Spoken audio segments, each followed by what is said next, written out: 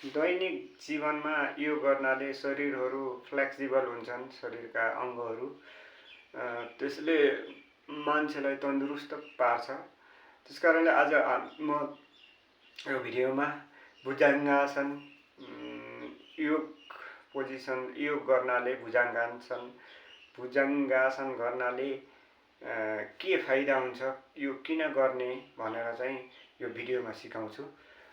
भुजङ्गासन प्राय गरेर यो कम्मरको भाग दुखेको छ भने त्यो भागको दुखाइ कम गर्न यो आसन धेरै उपयोगी हुन्छ।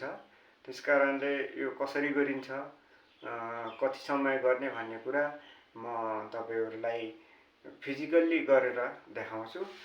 पहिला चाहिँ हामी यसरी घोप्टो परेर भुइँमा सुत्ने म्याट बसाए हुन्छ अलि सफा ठाउँमा, अनि दुईटा हातको बलले टाउकोलाई माथि उठाएर सिलिङतिर हेर्ने अनि 10 पटक गर्ने।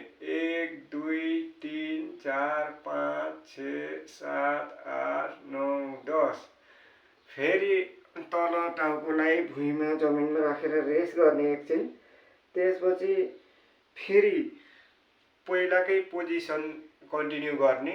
यसरी 10 पटकसम्म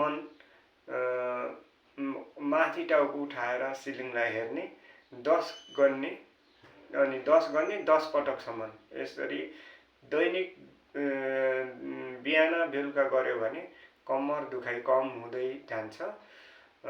यस्तै भिडियोहरू हेर्नको निम्ति मेरो च्यानल यो च्यानलमा आजदेखि सधैँ 5:30 बजे यो च्यानलमा अपडेट हुन्छ मेरो भिडियोहरू। हेर्न नभुल्नुहोला। धन्यवाद।